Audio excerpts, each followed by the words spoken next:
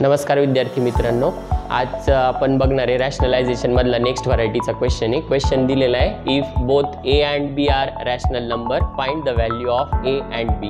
इथं आपल्याला रॅशनलायझेशनचाच यूज करायचा आहे. तर आपण याची LHS घेऊ. LHS is equal to √3 - 1 upon √3 + 1. आता ह्याचं रॅशनलायझेशन करायचं आहे. डिनॉमिनेटरला आपल्याला रॅशनलाइज करायचं आहे. डिनॉमिनेटरला रॅशनलाइज करायचं आहे म्हणजे डिनॉमिनेटरची आपण कॉन्जुगेट पेअर घेणार आणि त्यांनी एकदा मल्टिप्लाय आणि डिवाइड करणार. √3 - 1 अपॉन √3 - 1.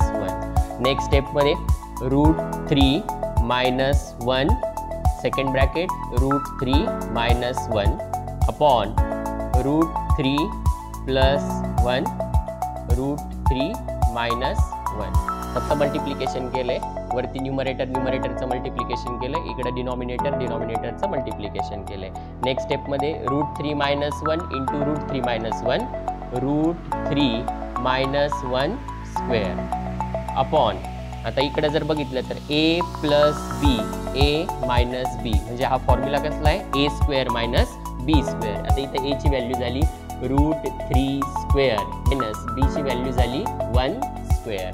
बरोबर. नेक्स्ट स्टेपमध्ये a - b ब्रॅकेट स्क्वेअरचं एक्सपान्शन करणार आहे आपण. a² म्हणजे √3 square minus 2 multiply ab, a आहे इथं √3 आणि b आहे 1 प्लस b² 1 स्क्वेअर अपॉन √3 चा स्क्वेअर 3 मायनस 1 चा स्क्वेअर 1. नेक्स्ट स्टेपमध्ये √3 चा स्क्वेअर 3 मायनस 2 √3 प्लस 1 चा स्क्वेअर 1 अपॉन 3 - 2 3 - 1 2 3 + 1 4 मायनस 2 √3 अपॉन 2. आता इकडे याला सेपरेट करू आपण. 4 अपॉन 2 मायनस 2 √3 अपॉन 2.